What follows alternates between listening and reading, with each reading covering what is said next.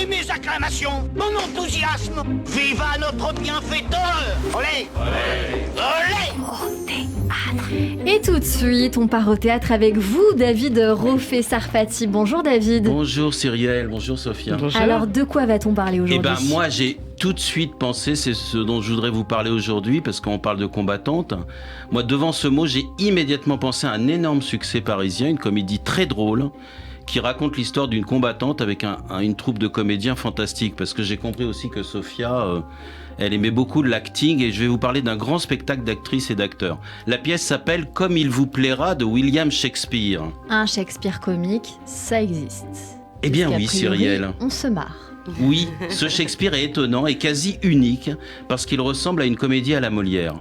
On a bien sûr chez Shakespeare Le Songe d'une nuit d'été qui est aussi une comédie, mais Comme il vous plaira pousse le trait comique encore plus loin. D'ailleurs, Shakespeare, le texte n'est pas tout à fait de lui, il est inspiré d'une comédie légère écrite vers 1600, un roman de Thomas Lodge, et c'est dans ce roman de Thomas Lodge que Shakespeare y a trouvé son héroïne, Rosalinde. Et justement, on a envie de connaître cette histoire. Alors, Rosalinde est la fille d'un duc banni. Elle fuit dans l'espoir de retrouver son père avec sa cousine Célia, fille du nouveau duc. Elles fuient toutes les deux dans la forêt des Ardennes et pour éviter toute agression, et évidemment, pour créer l'effet comique, elles se travestissent. Et elles vont faire toute une série de rencontres, l'une plus drôle que les autres. Rosalinde est jouée ici au théâtre de la Pépinière à Paris par Barbara Schulz. Elle est absolument merveilleuse. Mais oui. Voilà, il y a de l'aventure, il y a de la musique, il y a de la clownerie, il y a des chants, des danses, il y a de l'humour et il y a de l'amour. Évidemment. Puisqu'au fond, la pièce, c'est une fable ordonnée autour d'une fabuleuse analyse de l'amour chez une jeune fille. Et comme c'est une comédie à la Molière, personne ne va mourir et à la fin, tout s'arrange. Voilà. Et alors, on se pose la question de savoir si Rosalinde va trouver l'amour, évidemment. Ah, mieux que ça. Mais bon, il faut suivre un peu. Alors, voilà l'intrigue. Frédéric a usurpé le duché et exilé son frère aîné, le duc en titre, le père de Rosalinde. Rosalinde, la fille du duc, a été autorisée dans un premier temps à rester à la cour, mais Frédéric se met en colère, bannit Rosalinde de la cour. Rosalinde et sa cousine, la fille de Frédéric, Célia, décident de fuir ensemble, accompagnés par un bouffon, le bouffon Touchstone. Avec Rosalinde déguisée en jeune homme et Célia qui va être déguisée en une pauvre vieille dame.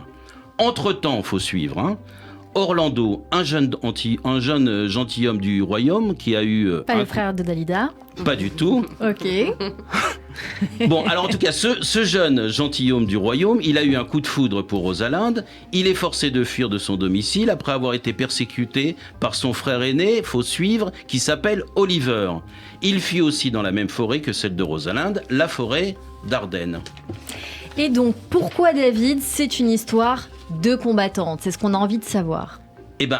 Pour moi, si vous voulez, c'est une histoire, une pièce de combattante. D'abord parce que Rosalinde et Célia sont des femmes qui osent. Elles ne se laissent pas dicter par la loi de la cité.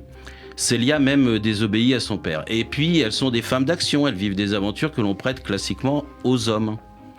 Ensuite, c'est une histoire d'une combattante, Léna Bréban, qui est la metteuse en scène. C'est une femme de théâtre, autrice, metteuse en scène, comédienne absolument extraordinaire. Pour preuve, la même année, elle a créé à la Comédie Française Sans famille, l'histoire de Rémi, de Hector Malot, le roman pour enfants, et elle a créé donc ce Shakespeare à la Pépinière qui a gagné pas moins de 4 Molières. Voilà, si Léna Bréban était un homme, on dirait d'elle, c'est un entrepreneur, c'est un meneur d'hommes, c'est un homme à succès. Mais là, c'est une Wonder Woman, David Roffé-Sarfati. Exactement. C'est une super-héros Wonder Woman. Enfin, pour les garçons, on dit simplement winner. Donc Léna Bréban est une winneuse. Et puis c'est une bosseuse. Les pièces de Shakespeare ne connaissent pas de demi-mesure. Les tragédies sont sombres, très très sombres. Les comédies légères, très très légères. Léna Bréban appuie le trait. Elle vitamine l'ensemble, elle embarque toute sa troupe.